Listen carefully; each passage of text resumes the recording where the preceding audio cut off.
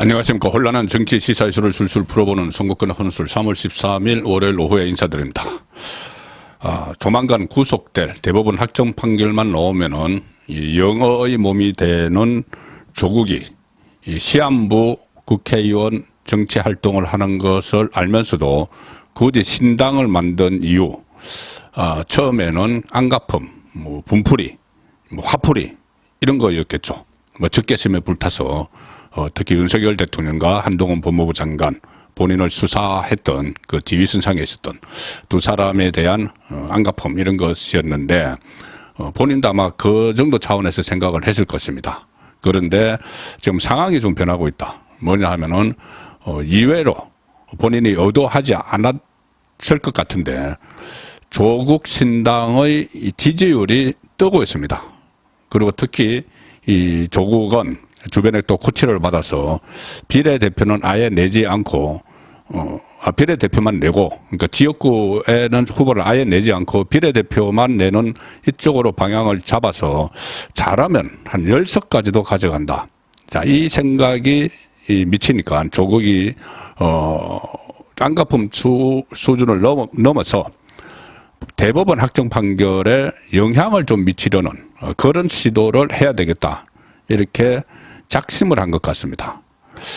지금 정치인들이 만약에 대법원에 영향을 미치려면 최종 심에 영향을 미치려면 파기환송 이런 것을 기대를 하겠죠. 그러려면은 본인의 몸집을 키워야 되는 거죠. 키워야 되고 또 특히 이 정권을 향해서 막 무차별적으로 공격을 하고 이런저런 소송 좀 벌이고 또 뭐 법안 발의하고 하면은 이 대법원도 좀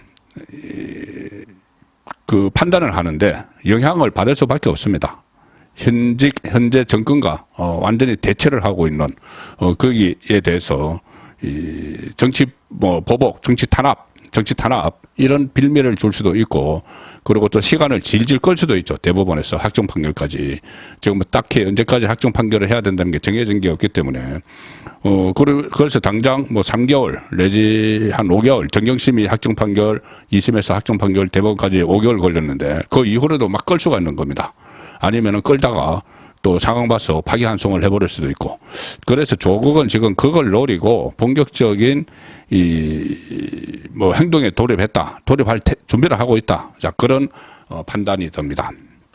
일단 이 조국 본인도 깜짝 놀랐을 텐데 그 여러 조사에서 이런 게 나옵니다. KBS 한국 리서치 조사를 그냥 예로 들어드리면은 이 비례정당 투표에서 17%가 나왔습니다. 물론 정당 지지율에서는 한 8%, 한 그 정도 나오는데 국민의힘, 민주당 이어서 한 8% 정도 나오는데 이것은 별로 중요한 게 아니죠.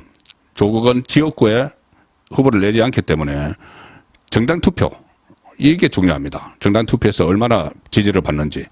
지금 정당 투표, 비례정당 투표 지지율 조사에서 17%로 지금 거의 이 민주당의 위성정당과 이겼다 졌다 하는 그런 상황까지 가 있습니다.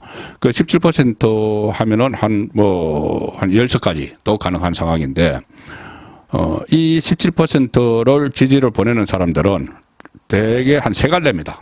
하나는 이 강성 좌파 그 유권자들, 민주당에 그 만족하지 못하는 그런 급진적인 그런 유권자들이 있습니다.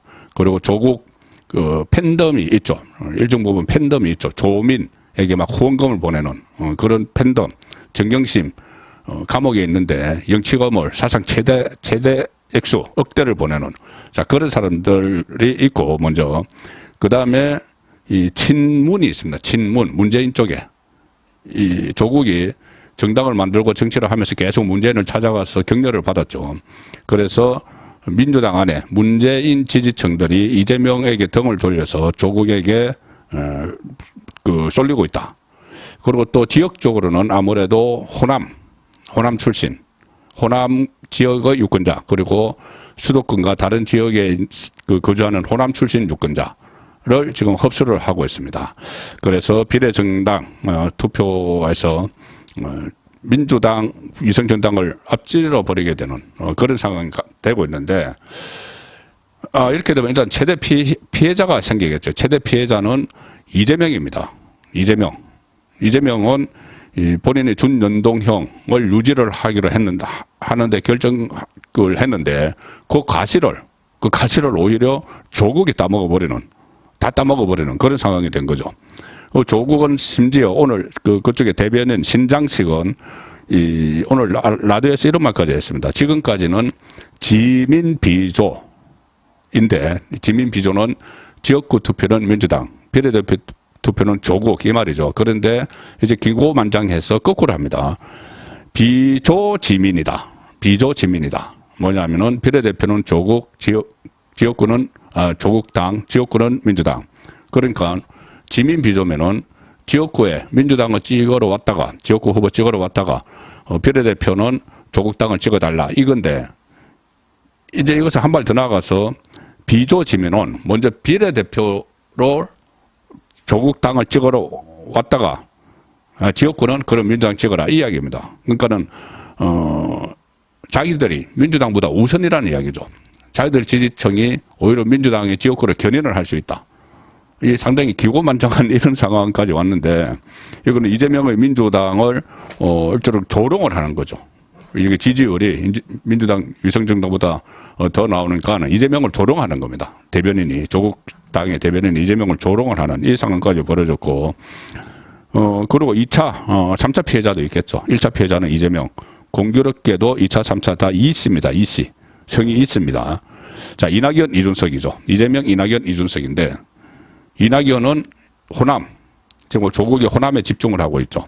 뭐 5.18과 자기 가족들의 그것을 뭐 상처를 빗대는 그런 어처구니없는 말까지 하면서 조국은 강주를 비롯한 호남에 집중을 하고 있는데 강성 민주당 지지층의 호남의 거기에 집중을 하고 있는데 이낙연은 원래 호남을 텃밭으로 해서 한번 재기를 하려고 하고 있는데 그거 다 뺏기고 있는 거죠. 또 이준석은 본인이 마치 제3지대의 주인공처럼 행세를 했습니다. 그래서 이낙연과 뭐 결합을 했다가 또 떨어져 나가고 3지대 주인공처럼 했는데 지금 존재감이 거의 없어져 버렸습니다. 없어지는 상황에서 조국 쪽에서는 우리가 이준석의 지지자도 끌어오고 있다. 좀 이렇게 또 이야기를 하고 있죠. 자, 그래서 이준석도 갑자기 조국 비난 대열에 합류를 했습니다. 그동안은 말 한마디도 하지 않고 있다가 오늘 뭐라고 했냐면은 완전히 위기감을 느껴서 그런 말에서 그런 분위기가 묻어납니다.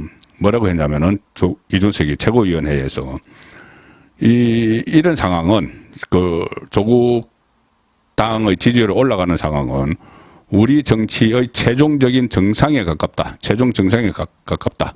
정치가 끝까지 왔다. 이 이야기죠. 그러면서 국민을 동원 대상으로 삼아서 정치적 출세에 이용해 먹는 정치 자영업자가 문제다. 정치 자영업자. 이렇게 어떤 조직도 없이 그냥 혼자 하는 그런 자영업자. 정치 자영업자. 이렇게 비교를 했습니다. 자, 조국은 왜 구속을 앞두고 정당을 만들었을까? 제가 조금 전에 하도로 던졌는데 결국은 윤석열 대통령 그리고 한동훈 비대위원장 라인에 대해서 일단 복수극, 안갚음, 좀 뭔가 이렇게 욕이라도 하고 싶다. 근데 돌이라도 던져야 되겠다. 돌이라도 던져야 되겠다. 덜어야 되겠다. 그런 말을 했죠. 돌을 던져야 되겠다. 어떤 그런 이제 악에 바쳐서 진중권 교수가 오늘 그런 표현을 했습니다. 한동훈 특검법을 한다고 하니까는 악에 바친 것 같다. 자, 악에 바쳐서 시작을 한 건 맞는데 이게 지금 조국의 생각이 좀 달라진 것 같습니다. 뭐냐면은 감정적인 이런 대응 차원을 넘어서서 지금 국회 의석을 좀 일정 부분 확보를 하게 되면은 지금 문재인 쪽이 많이 도와주고 있죠. 친문 검사들도 다 거리로 갔고 문재인 쪽이 도움을 받아서 의석을 확보하고 또 심지어 민주당과 나중에 합당을 해서 일정 부분 당권을 맡으면은 일정 부분 지분을 가지면은 대법원 판결에 영향을 미칠 수 있다. 이런 판단을 지금 조국이 하는 것 같습니다. 그래서 일단은 조국이 만약에 두 자릿수 의석을 확보를 하고 민주당과 합당을 해서 제1야당의 어떤 지분을 차지하고 이렇게 되면은 법원도 눈치를 안 볼 수가 없게 되겠죠. 그렇게 되면은 대법원 판결을 질질 끌거나 나중에 파기 환송까지 염두에 두는 자 그런 상황을 조국이 지금 만들고 있다 이렇게 볼 수가 있습니다. 그 대표적인 그런 시도가 엿보이는 게 아침에 제가 주간 딱볼 시간에 전해드린 한동훈 특검법을 발의하겠다는 거죠. 한동훈 특검법을 발의하겠다. 뭐 윤석열 대통령과 한동훈 위원장을 타깃으로 해서 뭐 어떤 특검 법안인지 본인들이 다 설명을 했습니다. 이 검찰이 2020년 4월 총선을 앞두고 유시민 당시 노무현 재단 이사장과 최강욱 전 의원 등 법여권 인사들을 고발하도록 사주했다는 고발 사주 의혹 이것을 파헤치겠다 특검을 해서 윤석열 대통령이 검찰총장 재직 당시 받은 정직 2개월 징계에 대한 취소소송 항소심에서 법무부가 패소하고 상고 포기한 것이 직권남용 및 직무유기라는 의혹. 본인이 지금 법대 교수를 했으니까 이것저것 다 지금 끌어내서 뭔가 확 한번 대란 대치를 하겠다는 거죠. 크게 일으켜서 자기가 이득을 취하겠다는 겁니다. 그리고 한동훈 위원장의 딸 논문 대필 의혹 이것을 다루겠다 특검법에서 이렇게 지금 이야기를 하고 있습니다. 어쨌든 소동을 일으키겠다는 거죠. 정치적으로 소동을 일으켜서 자기의 존재감을 확 높여서 법원이 함부로 자기에 대해서 구속을 집행하지 못하도록 뭐 대법원 확정 판결 나오면 바로 구속되죠.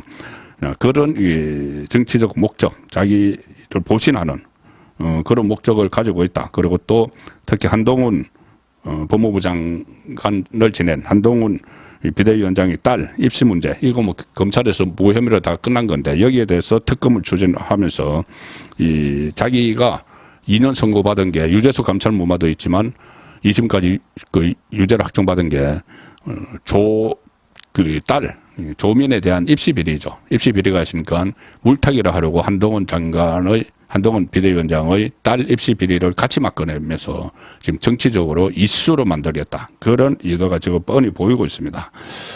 그리고 또 검찰 수사에도 대비를 하는 차원에서 황운하를 조국 당으로 끌어들였는데 황운하는 울산시장 선거 하명 수사 본인이 울산 경찰청장으로 있을 때 그걸로 징역 3년 1심에서 선고받았죠.